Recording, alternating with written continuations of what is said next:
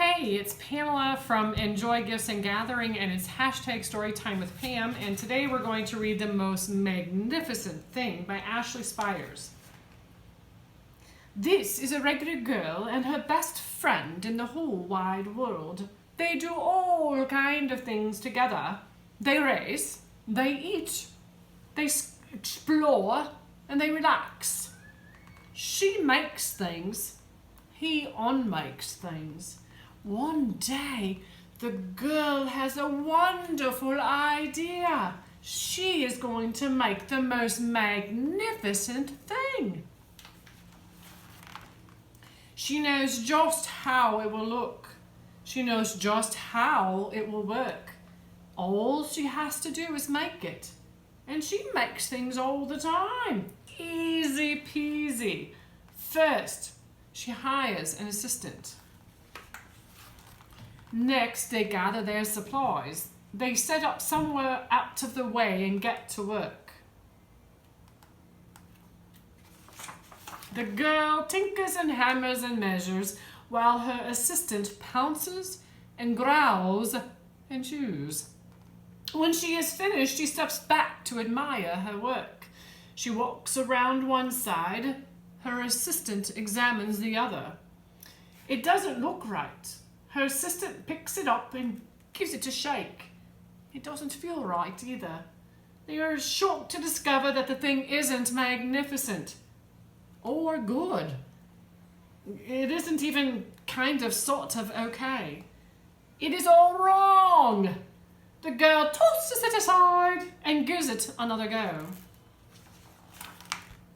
She smooths and wrenches and fiddles, and her assistant circles and tugs and wags.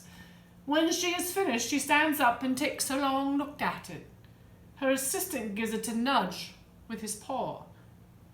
The thing is still wrong. She decides to try again. The girl sews and glues and adjusts. She stands and examines and stares. She twists and tweaks and fastens. She fixes and straightens and studies. She tries all different ways to make it better. She makes it square. She makes it round. She gives it legs. She adds a costume. Oops, she adds an antenna. She makes it fuzzy. She makes it long, short, rough, smooth, big, small, and even smells of stinky cheese. But none of them are magnificent. The hard work attracts a few admirers, but they don't understand. They can't see the magnificent thing that she has in her mind. She gets mad. The angrier she gets, the faster she works. She smashes pieces into shape. She jams pots together and she pummels the little bits in. Her hands feel too big to work and her brain is too full of all the not right things. If only the thing would just work! Scrunch! The pain starts in her finger. It rushes up to her brain and she explodes.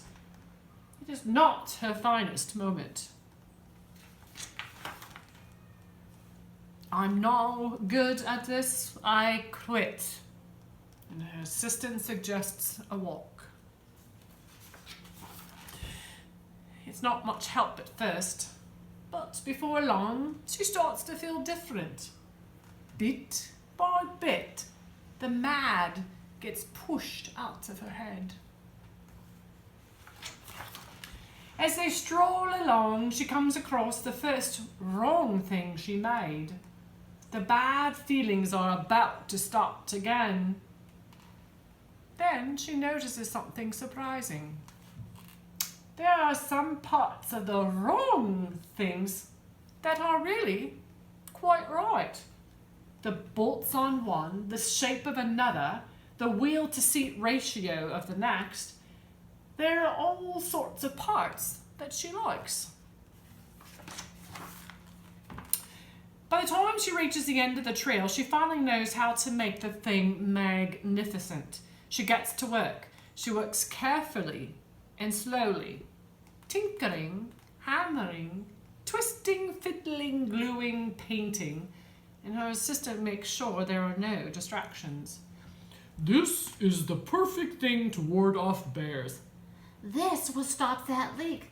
This one's all wet. The afternoon fades into evening, and finally she finishes. She alerts her assistant. The pair take a good long look. It leans a little to the left, and it's a bit heavier than expected. The colour could use a bit of work too, but it's just what she wanted.